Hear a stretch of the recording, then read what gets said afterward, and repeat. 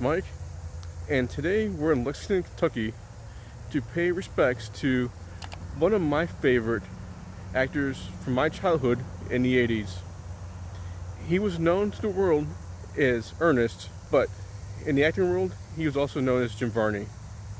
And he's here in the cemetery in Lexington, and so let's go over and pay respects to one of my favorite actors who passed away, in my opinion, way too soon at the age of 50.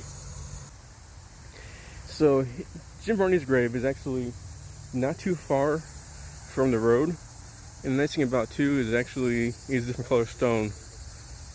And so on the back side is actually his grave. So let's go check it out and pay respects. So there it is, Jim Varney. Like I said, in my opinion, he was one of the greatest actors of my childhood. I mean, I grew up watching his show, Hey Vernon, it's Ernest, on Saturday morning TV, as well as his movies like Ernest Goes to Camp and Ernest Goes to Jail, which are two of my favorite movies of all time. And you can see people here, leave coins. There's actually a button here for him. There's a wind-up chicken, and of course flowers and pictures.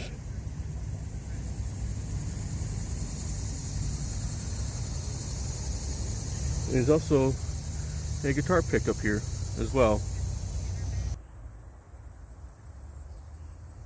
So his nephew actually wrote a book about the life of Jim Varney, which I do recommend. It's called The Importance of Being Ernest.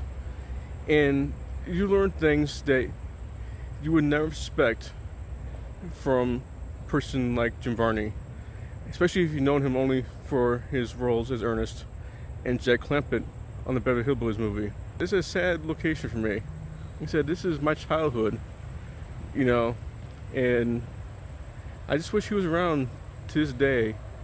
And I can't imagine, knowing his backstory, thanks to his nephew, what type of roles he would take on today. And it's just tragic that he lost his life at age 50 due to lung cancer.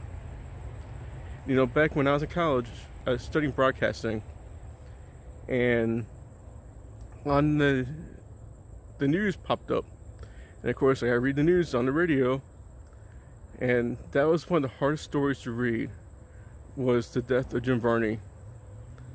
So I want to thank you for watching. Be sure to like and subscribe, and I'll see you guys later on down the road.